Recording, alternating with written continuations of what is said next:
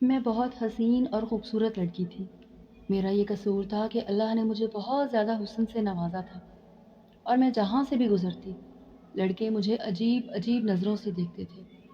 اس میں میری غلطی نہیں تھی کہ میں خوبصورت ہوں، لڑکے ہی بہت آوارہ تھے جو ہر وقت میرے پیچھے پڑے رہتے تھے۔ جب بھی کبھی مجھے اکیلی دیکھتے تو لائن مارنا شروع کر دیتے۔ میں جب کالج جاتی تھی تو وہاں بھی لڑکے میرے پیچھے آگے لگے رہتے تھے۔ آوارہ لڑکے مجھے چڑھانے لگتے۔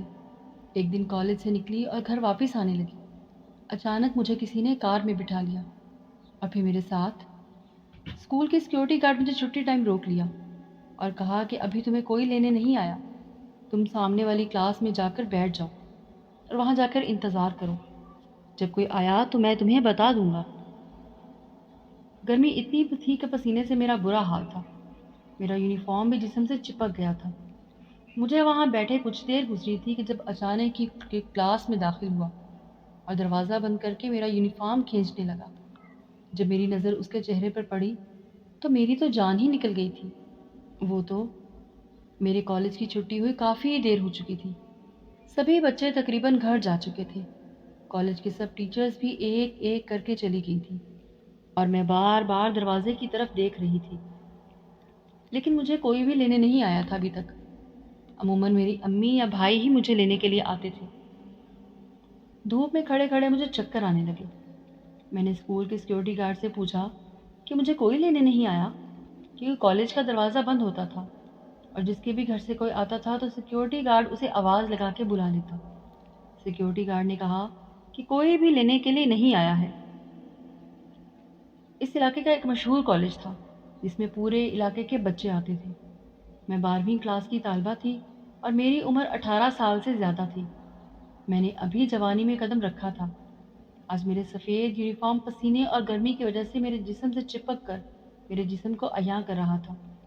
میں پریشان سی کھڑی تھی۔ سبھی بچے چلے گئے تھے اور میڈم امارا نے سیکیورٹی گارڈ کی ذمہ داری پر مجھے چھوڑا اور خود بھی چلی گئی۔ انہیں کسی ضروری کام سے جانا تھا۔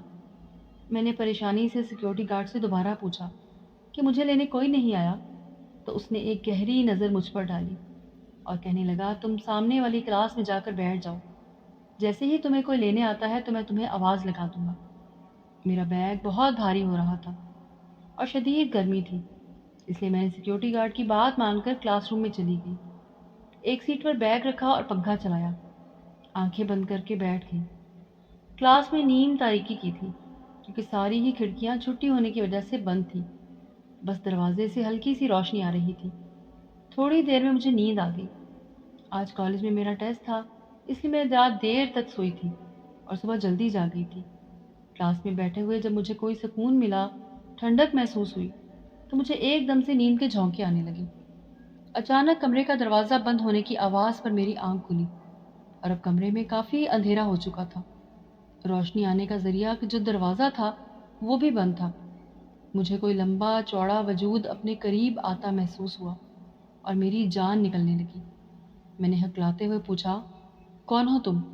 لیکن سامنے سے کوئی جواب نہیں آیا۔ کچھ ہی لمحوں میں وہ شخص میرے بہت قریب آ چکا تھا۔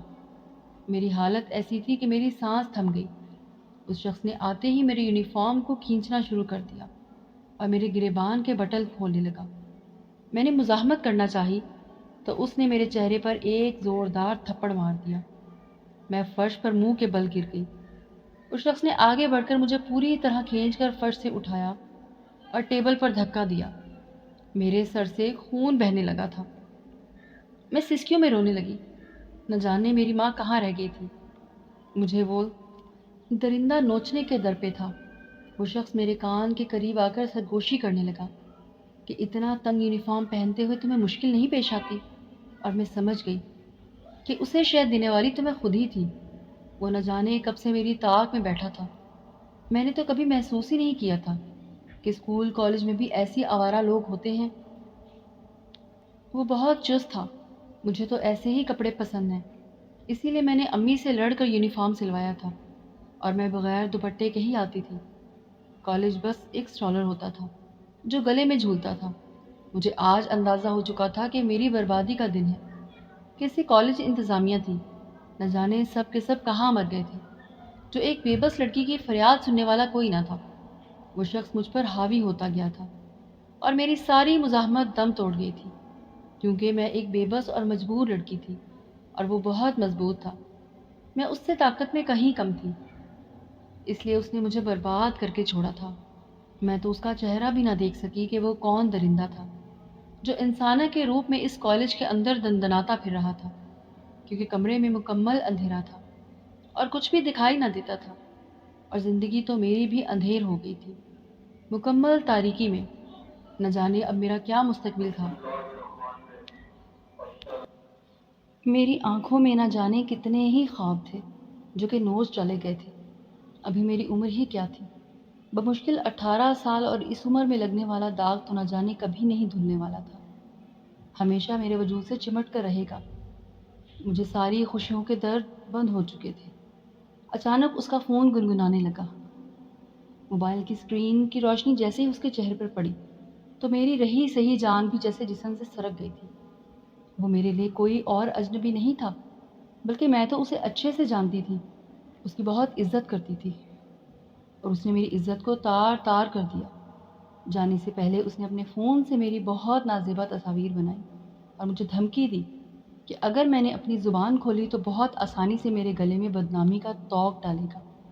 میں اپنی جگہ سن ہو گئی تھی، مجھ میں ہلنے کی سکت باقی نہیں تھی۔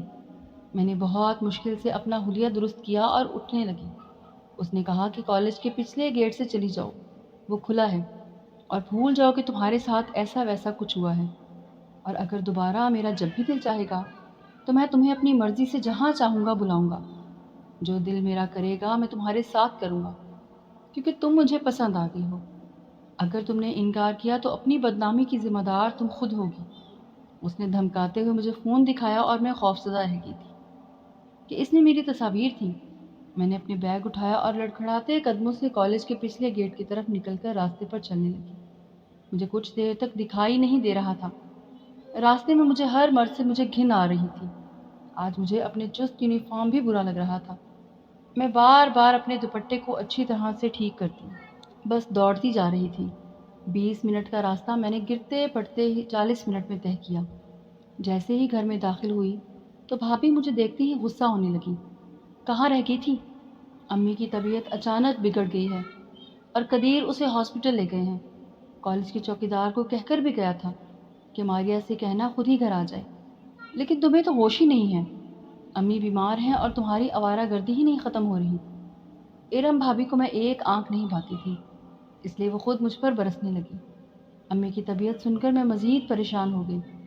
اچھی بھلی تھی، ایک سے نہ جانے ایک کیا ہو گیا تھا۔ کمرے میں آ کر میں نے کپڑے بدلے۔ بھوک سے میری بری حالت تھی، لیکن اب وہ بھوک بھی مٹ چکی تھی۔ میرا جسم شدید درد کر رہا تھا۔ روتے روتے میں بستر پر گر کر سو گئی۔ جب آنکھ کھلی تو مجھے خبر ملی جو اس نے میری زندگی بدل دی۔ امی اس دنیا سے رخصت ہو گئی تھی۔ شدید گرمی کے باعث ان کا سانس رک گیا تھا۔ جب بھائی ان کو ہاسپٹل لے کر پہنچے تو ان کی طبیعت مزید بگڑی اور وہ اپنی زندگی ہار گئی۔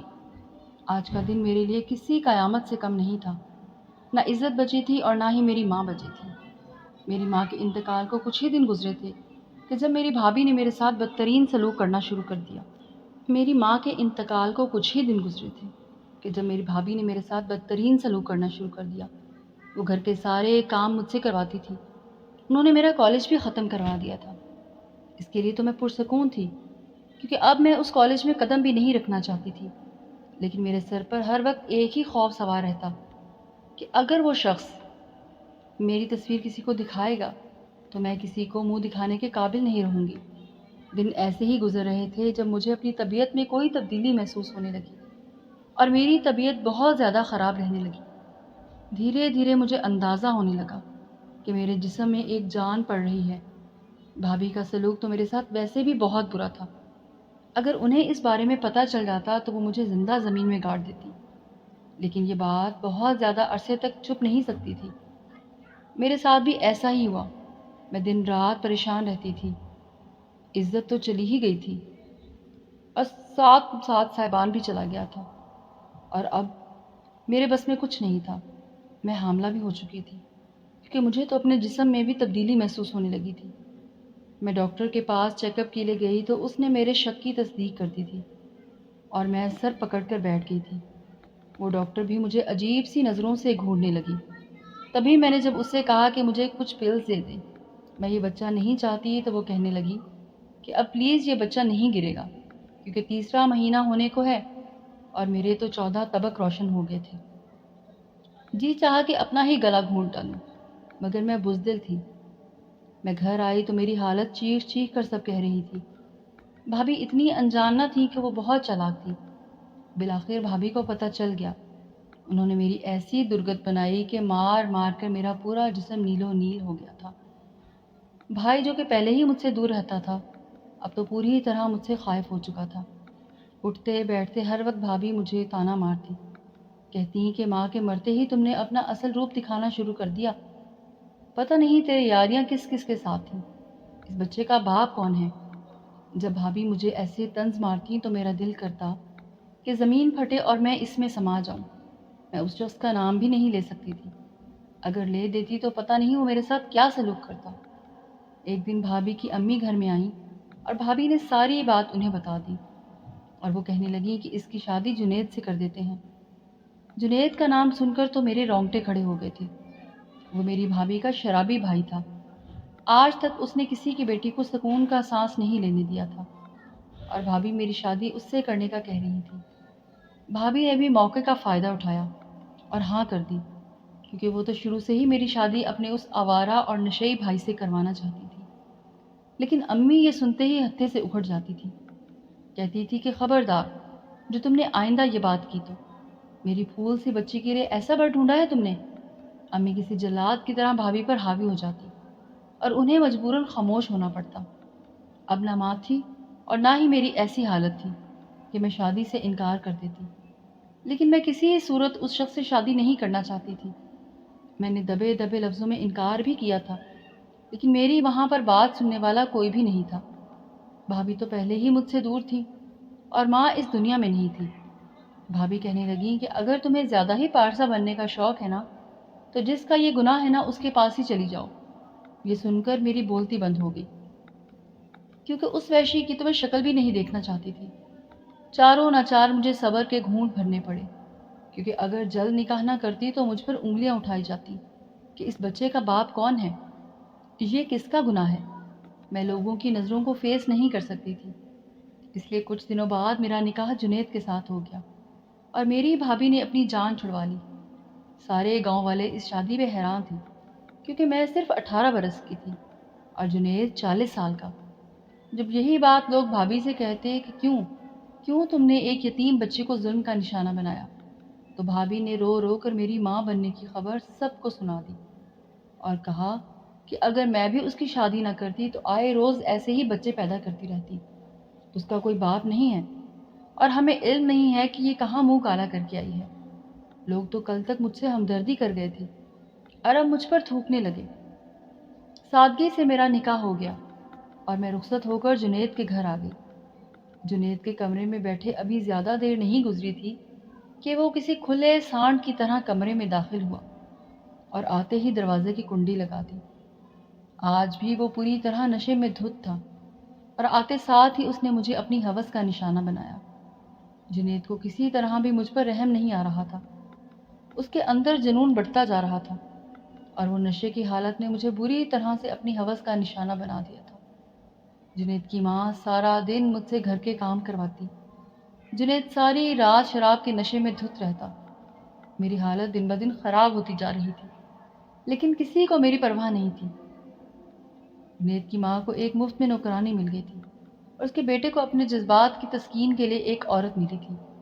میں دن رات اپنی قسمت پر آنسو بہاتی تھی، نہ جانے مجھ سے ایسا کون سا گناہ سرزد ہو گیا تھا جس کی سزا میں کاٹ رہی تھی، اور کب تک کاٹنا تھی۔ ایک دن جنید کی ماں نے مجھے سبزی لینے کے لیے بازار بھیجا، کیونکہ ان کی طبیعت ٹھیک نہیں تھی، اور وہ دن شاید میری زندگی کا ایک اور منحوس دن تھا، اور ابھی میری آزمائش ختم ہونے والی نہیں تھی۔ جیسے ہی میں بازار سے سبزی لے کر سڑک پار کرنے لگی، ایک گاڑی میرے سامنے آ کر رکی اور شیشے کے اندر سے مجھے وہ چہرہ دکھائی دیا تو میں سانس لینا بھول گئی تھی۔ یہیں سے میری بربادی کا سفر شروع ہوا تھا۔ اس شخص نے دور سے اشارہ کرتے ہوئے مجھے گاڑی میں بیٹھنے کا کہا میں ایک دم بدک کر پیچھے ہٹی تھی۔ میں نے جیسے ہی انکار کیا وہ اپنا موبائل فون اٹھا کر لہرانے لگا۔ میں اس کی دھمکی کو بہت اچھے سے سمجھتی تھی، اس لیے مجبوراً اس کی گاڑی میں جا کر بیٹھ گئی۔ وہ تیزی سے گاڑی چلاتے ہوئے ایک سنسان جگہ پر پہنچ گیا اور گاڑی روک کر میری طرف دیکھنے لگا۔ اس کا تو کچھ نہیں بگڑا تھا، وہ تو آج بھی پہلے جیسا لمبا چوڑا اور وجیح مرد تھا، لیکن میرا سب کچھ ختم ہو گیا تھا۔ مجھے دیکھ کر وہ کہنے لگا کہ تم تو بالکل مرجھا گئی ہو۔ میں نے اسے بتایا کہ اس کے بچے کی ماں بننے والی ہوں۔ یہ سن کر پہلے وہ ذرا سا حیران ہوا، پھر فلک شگاف کہا لگا کر ہنسنے لگا۔ اس نے ایک ایسی بات کہی جسے سن کر میرے قدموں تلے سے زمین نکل گئی تھی۔ وہ کہنے لگا، اپنے شرابی شوہر کا انعام میرے سر ڈالنے کی کوشش بند کرو۔ میں اچھے سے جانتا ہوں کہ تمہاری ماں کے انتقال کے بعد تمہاری شادی تمہاری بھابھی نے ایک شرابی بھائی سے کروا دی تھی۔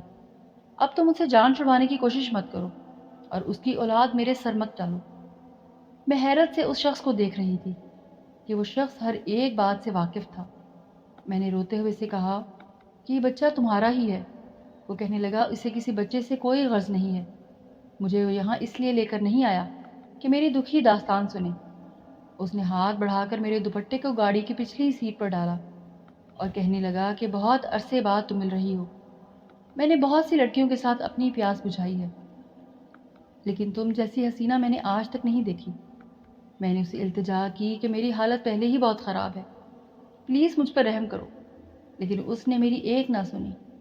ایک سنسان جگہ پر ہمارے علاوہ کوئی نہیں تھا۔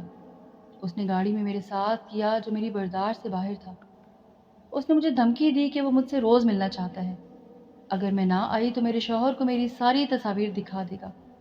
اس نے مجھے فلیٹ کا پتہ بتایا جو میرے گھر سے بہت ہی قریب تھا اور کہنے لگا کہ روز سبزی لینے کے بعد مجھ سے ملنے آ جایا کرو۔ میں نے کہا کہ میرے سر پر نہ ماں کا سایہ ہے، نہ باپ کا اور نہ بھائی کا۔ بھائی بھابھی نے پلٹ کر میری خبر تک نہ لی۔ میرا شوہر کیسا ہے، میرے حالات کیسے ہیں۔ ساس کے لیے ایک مفت کی نوکرانی تھی، میں جانتی بھی تو کہاں جاتی۔ میری ساس کافی بیمار ہو گئی، اس لیے میں روز سبزی لینے میں ہی جاتی تھی اور مجبوراً مجھے اس فلیٹ میں بھی جانا پڑتا تھا۔ میری زندگی میں دکھوں کا ایک نیا باب شروع ہو چکا تھا۔ ایک دن جنید اپنا موبائل گھر پر بھول کر چلا گیا۔ میرے دماغ نے اچانک کام کرنا شروع کیا، آخر میں کب تک یہ سارا ظلم برداشت کرتی رہتی۔ یہ سوچ کر جب میں سبزی لینے نکلی تو جنید کا فون میں ساتھ لے کر نکلی۔ جنید تو صبح ہوتے ہی گھر سے چلا گیا تھا، رات کو نشے کی حالت میں ہی واپس آتا تھا۔ میرے پاس کھونے کے لیے کچھ نہیں بچا تھا، اس لیے میں نے اتنا بڑا قدم اٹھایا۔ جب میں اس شخص کے پاس فلیٹ میں پہنچی تو میں نے اس کے ساتھ اپنی بہت ساری ویڈیوز خاموشی سے بنا لی۔ اب میں اس سے بدلہ لینا چاہتی تھی، اسے کرارا جواب دینا چاہتی تھی، اور جب میں نے وہاں سے نکلی تو اپنے گھر آنے کی بجائے اس شخص کے گھر پہنچ گئی۔ اس کے چوکیدار نے مجھے اندر جانے کی اجازت دی اور میں ڈرائنگ روم میں بیٹھی اس کی بیوی کا انتظار کرنے لگی۔ جیسے ہی اس کی بیوی کمرے میں داخل ہوئی، مجھے دیکھا تو حیران رہ گئی اور میرے گلے لگ کر کہنے لگی، ماریا تم اتنے عرصے سے کہاں تھی؟ تم جیسی ذہین اور قابل طلبہ کو کھو کر مجھے بہت افسوس ہوا تھا۔ اپنی ماں کے انتقال کے بعد تم نے مجھے اچانک سے اسکول چھوڑ دیا۔ اس کے بعد مجھے اچانک پتہ چلا کہ تمہاری شادی بھی ہو گئی ہے۔ تمہاری بھابھی نے تمہارے ساتھ بہت ظلم کیا ہے۔ ٹیچر کے گلے لگ کر میں رو پڑی تھی۔ کئی مہینوں کی اذیت سہ کر مجھ پر جو ظلم میری بھابھی نے کیا تھا وہ سارا آنسوؤں کے ذکر ہی نکل رہا تھا۔ میں نے ٹیچر سے کہا کہ مجھ پر ظلم میری بھابھی نہیں بلکہ خالد سر نے کیا ہے۔ ٹیچر میری بات سن کر ہکا بکا دیکھتی رہ گئی تھی۔ کیا کہہ رہی ہو؟ میں نے ٹیچر کو بتانا شروع کر دیا کہ میری ماں مجھے لینے کے لیے نہیں پہنچی تو چوکیدار نے مجھے انتظار کرنے کو کہا۔ اس دن آپ جلدی میں تھیں اور آپ بھی کالج سے نکل گئی۔